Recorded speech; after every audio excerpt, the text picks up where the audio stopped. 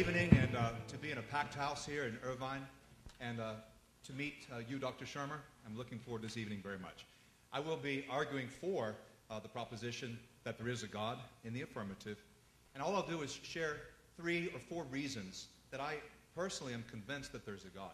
I'd like to begin with cosmology. I'd like to begin 100 years ago. Telescopes are becoming more powerful. The universe is appearing to be much larger than we thought. It's not thousands of stars, it's not millions, it's billions.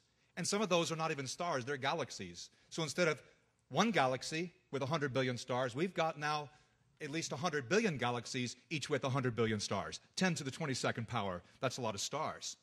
The universe is enormous. By the present calculation, the consensus diameter of the universe is about 30 billion light years. That is, if you went 300,000 kilometers a second, it would take you 30 billion years to make the journey, and then you'd have to get back.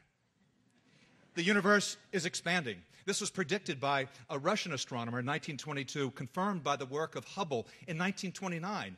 He observed that a kind of an optical redshift as the galaxies and star systems farthest away were receding fastest at speeds approaching the speed of light. Using a little mental energy and rewinding, he understood that originally the universe must have been much smaller. In fact, everything came from one thing, the singularity. In short, he was positing a beginning to the universe. This did not go down well because the received view, the consensus wisdom in the scientific community was that the universe was infinite in space and time. It had always been there, it always would be there, and also in terms of space, it was infinite. And so he really challenged that view. And people mocked him, and they called it the Big Bang. As so often happens, these nicknames stick.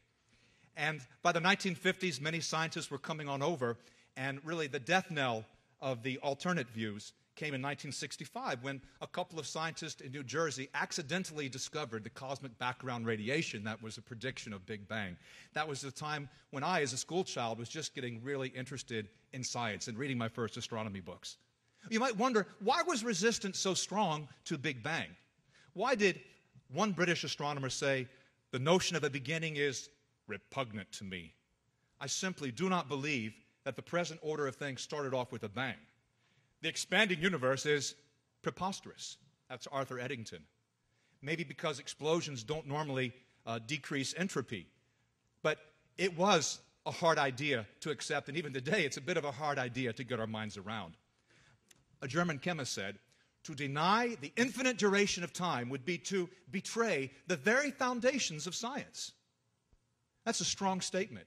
Perhaps he was thinking of the laws of thermodynamics, the first of which is that matter and energy cannot be created or destroyed. They can only be commuted one into the other. It is such a strange conclusion, said an astronomer at Palomar. It's such a strange conclusion, it cannot really be true. And our favorite Uncle Albert, Einstein himself, said that the idea was annoying. And as many of you know, he fudged some of his equations with what he called the greatest mistake of his career, the cosmological constant. Why? What were the implications? Well, Big Bang teaches not just that the universe began with a bang.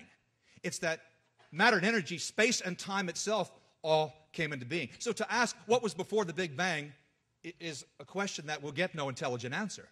There can be nothing before there's time. There might be something outside of it, but nothing antecedent. Well, science teaches that nothing that comes into being can do so unless it is caused. Anything that has come into being must be caused. So we have the universe coming into being. All things that come into existence are caused. Therefore, the universe must be caused. That's a very simple syllogism. What would cause that? Obviously, not the universe itself. It wasn't a self-creating entity. There must be something outside the universe. Now, this may be a bit hard to fathom. Let's say you checked your bank balance this morning online, and you weren't doing well. I'm sorry, you only had $20. And you went in tomorrow, and it was $1,020,000. And you said, well, these things happen, but you would certainly look for a cause, right? Okay. If 1,000,000 years ago there was nothing, there was no universe, there was nothing, 1,000,000 years ago, do you think there'd be anything now? Of course not, because you don't get something from nothing. The universe is caused. Boom. What was that? Nothing. It's nothing. What was that Big Bang? It's nothing. We don't need. Well, of course it was something. I'm sorry if I hurt your ears there. So, what do we see here? What caused the universe? Some power of incredible magnitude. Something outside the cosmos itself. Something not bound inside space-time, that is.